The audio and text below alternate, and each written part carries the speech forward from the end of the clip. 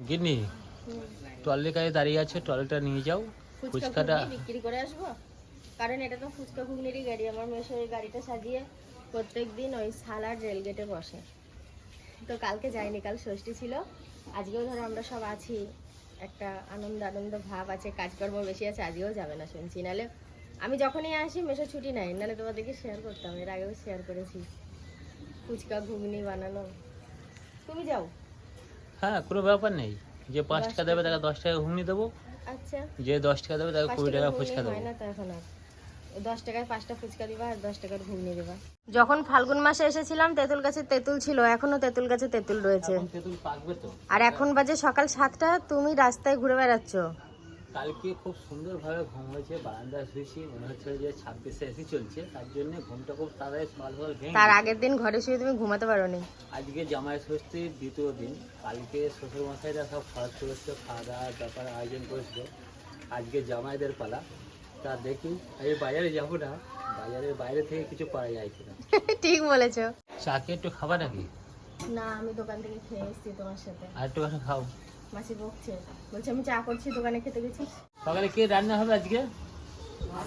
আজকে সকালে মুড়ি খাওয়ার জন্য মাছের ডিমের তরকারি করব, কাঁঠাল ভাঙবো, মিষ্টি, আম, কলা এগুলো দিয়ে সকালে জলখাবারটা।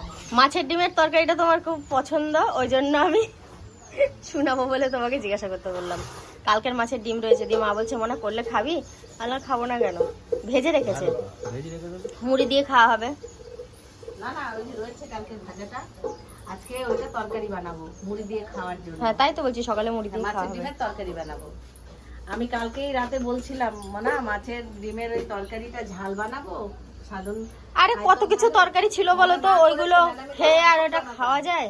আমি ইচ্ছা করে দিতে না করেছি, মাসি বলছিল সাধন ভালোবাসে একটু দিয়ে, আমি বললাম না, অনেক তরকারি আছে, আজকে দিও না। ভালো করেছো। সকালে তো খাওয়া দাওয়া কমপ্লিট করলাম, তো আমি কলাটা গোটা নিয়ে এসেছি হাতটা ধুয়ে খাবো বলে। সোজা সাহায্য না উল্টো? এই হ্যাঁ, আমি না উল্টোই কলা ছাড়াই, এটাই আমার অভ্যেস। কেন কি জানি কলাটা একটু বেশি মজে গেছে, কেটে ফেলে দিই। সকালে খাওয়াটা বেশ ভালোই হলো, জোরতোর হয়ে গিয়েছে। কালকে একদম হালকা করে খেয়েছিলাম, আজকে বিকালে বাড়ি চলে যাচ্ছি। ওই খাওয়া দাওয়া করে একটু বিশ্রাম করে, মানে এখান থেকে 5টা নাগাদ বেরোবো। বাড়ি যেতে যেতে তাও 8:30 বেজে যাবে। এটা তাল না কাঁঠাল গো? দেখো একদম পুরো তালের মতো গোল। এর আগে যখন এসেছিলাম তখন এটা ছোট ছিল আরো, এখন দেখেছো পেকে যাবে আর 2-1 দিনের ভেতরে। হালকা গা নরম হয়ে এসছে। এ দেখো সেই কাঁঠালটা গো, পেকে যাবে, গা নরম হয়ে এসছে। মনে হচ্ছে তাল না কাঁঠাল। এটা তাল, কাঁঠাল। বড়া করা হবে ভাদ্র মাসে। ভাদ্র মাসে পাকবে, তালের বড়া হবে, সেই বড়া আমরা কত। আচ্ছা চলো আমরা একটু বিশ্রাম নিই। চলো। জামাইয়ের বাজার যেরকম জামাইয়ের হাতে রান্নাও খেতে হয়। হ্যাঁ ঠিক বলেছে। 3-3টে বউ আছে। এই বলছে কি আজকে তো জামাইয়ের বাজার, দেখি বাজারের বাইরে থেকে দাঁড়িয়ে কিছু করা যায় কিনা, বাজারের ভেতর ঢুকবো না। পরপর 2 দিন খাসির মাংস, পরপর 2 দিন ভুল বললাম, 3 দিন। কারণ আমি তো বাড়িতে এসে ভিডিওটা ভয়েস দিচ্ছি। আমি বাড়িতে চলে এসেছি ধরো আজকে বিকালে, রাত্রেবেলাতে আমাদেরকে মাংস দিয়েছিল। মানে কি বলবো, পরপর পুরো 3 দিন খাসি খাওয়া হয়েছে। তোমরা তো ভিডিওতে দেখলেই মা মাসিরা কত আনন্দ করে বলছে যে জামাই বাজার করেছে, আজকে খুব খাবো। তো বিষয়টা হচ্ছে জামাই নিজে হাতে বাজার করেনি, তাহলে তোমরা ভিডিওতে দেখতে পেতে। আসলে মেশোকে কিছু টাকা ধরে দেওয়া হয়েছে, নিজের মতোই বাজার করেছে। আর এদিকে এখন ঠান্ডা ঠান্ডা শরবত খাচ্ছে। আসলে আমি ছোট বোনের সাথে ওর বাড়িতে গিয়েছিলাম ওর শাশুড়ি মাকে মানে আম কাঁঠাল দিতে। তো ও কি করেছে, বাড়ি থেকে ওই বরফ বের করে শরবত বানিয়েছে। বলছে দিদি চল নিয়ে যাই, সবার পেট ঠান্ডা হবে। তো সেই কারণেই লেবুর শরবত বানিয়ে নিয়ে এসছে, আর এখন আমরা সবাই মিলে সেটা খাচ্ছিও। সত্যি লেবুর শরবতটা খেয়ে যেন দারুণ লাগছিল, শরীরে একটা আলাদা এনার্জি ফিরে পেয়েছি সবাই। এসেছি মাসির বাড়িতে ষষ্ঠী করতে, আর খাচ্ছি মায়ের হাতের রান্না। তো যাই হোক, ভালোই লাগলো। মা আসলে রান্না করে, আমার বাড়ি গেলেও রান্না করে। মা একটু নুন চেক করতে দিল, বললো একটু খেয়ে দেখ লবণটা কেমন হয়েছে। শ্বশুর বাড়ির লুকটা এমন হয়ে গেছে যেন মনে হচ্ছে নিজের বাড়িতেই রয়েছে।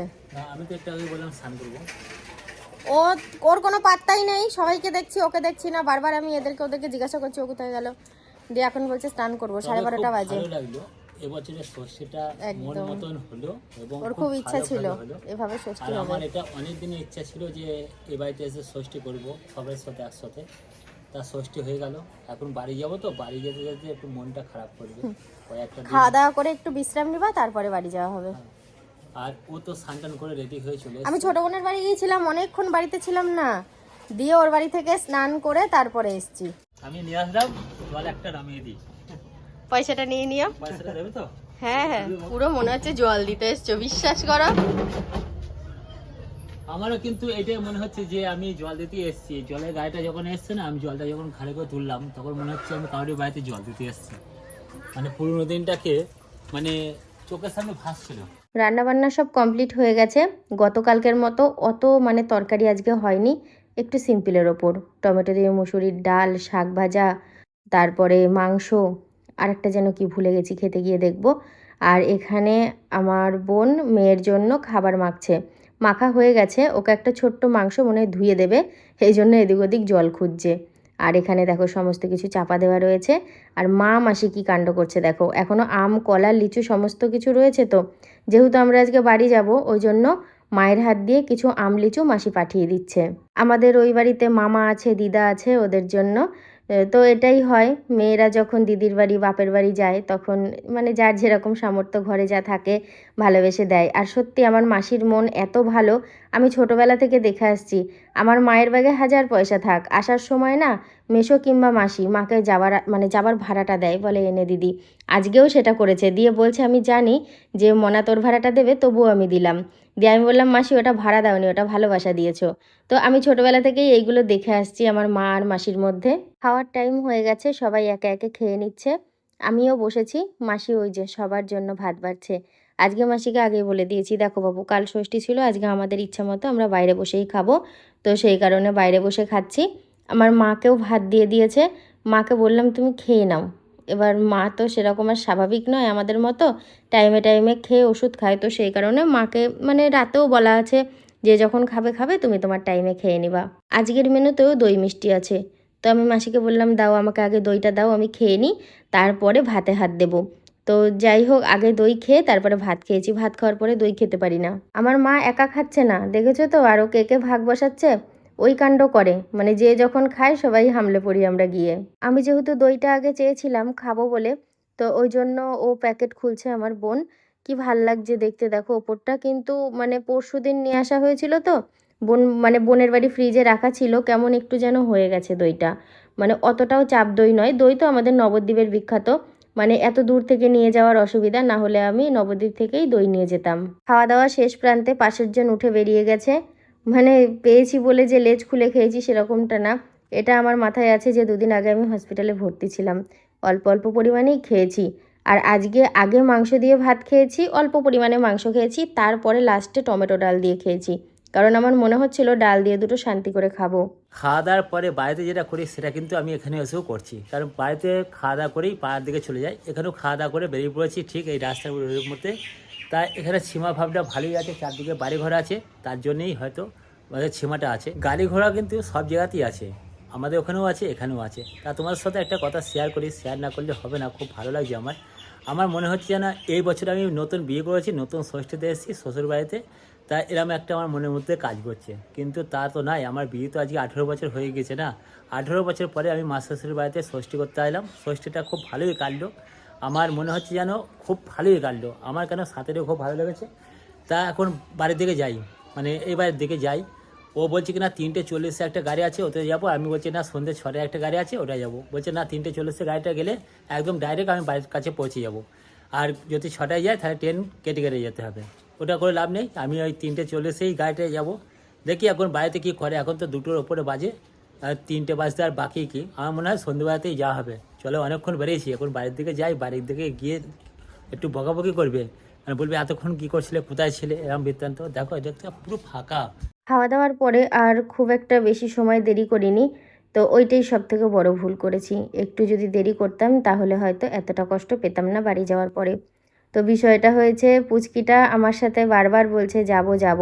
এবার আমরা ভেবেছি কি ওকে ঠিক মানিয়ে নেওয়া যাবে, আমি চলে যাব, হয়তো একটু কান্নাকাটি করে ঘুমিয়ে যাবে, কিন্তু পরিস্থিতি পুরো অন্যরকম হয়ে গেছে। খুব বায়না ধরেছে আমার সাথে যাবে। আর বড় বোনের মেয়েটা আমাকে খুব ভালোবাসে, তো যাই হোক দেখো এখন শাড়ি টাড়ি পরে নিয়েছি, এই শাড়িটাই পরলাম বাপু, আর ইচ্ছে করছে না ভালো কিছু পরতে। আমি বোনের সাথে মজা করছি, বলছি কি এনে আমাকে একটু প্রণাম কর।